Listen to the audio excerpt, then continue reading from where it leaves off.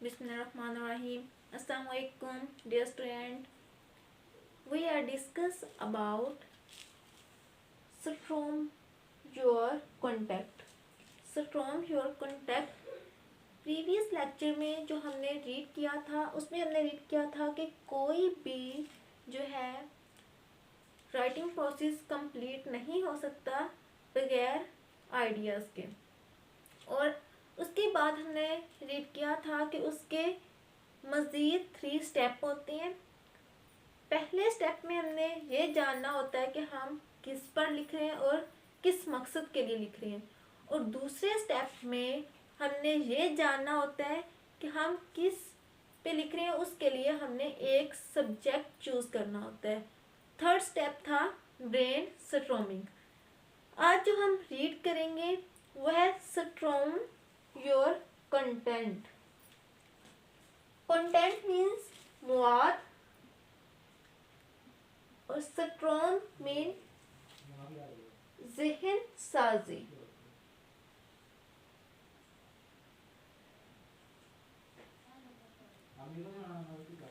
ज़हन साजी यानी अपने मवाद की ज़हन साजी करना। ये स्टॉर्मिंग जो है ये तीसरा जो है मरहला है।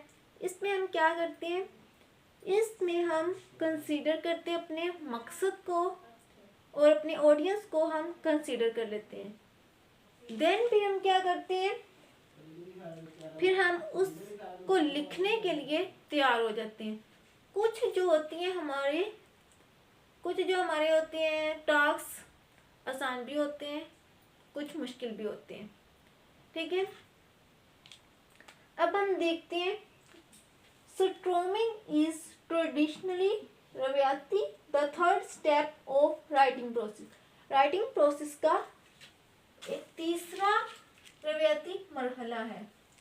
वंस यूर कंसीडर, तुम फर्ज कर रहे हो योर पर्पस अपने मकसद को एंड योर ऑडियंस अपने ऑडियंस को, then you are ready to generate, तैयार हो जाओ जनरेट करने के लिए द कंटेंट यूर नीड, जिसकी तुम्हें ज़रूरत है।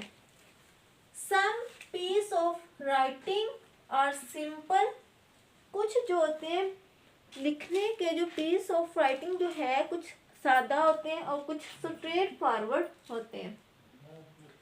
फॉर एग्जाम्पल, आगे हम देखते हैं एग्जाम्पल।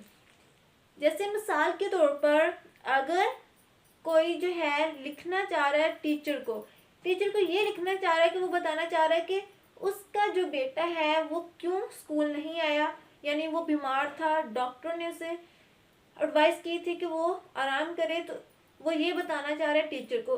ये एक सिंपल सी बात है, तो इसको बताने के लिए उसे ज़्यादा मेहनत नहीं करनी पड़ेगी, वो इजीली अपना जो है राइटिंग प्रोसेस कंप्लीट कर सकता है। और कुछ जो होते हैं राइटिंग प्रोसेस जो होते हैं कुछ कम्प्लेक्स भी होते हैं।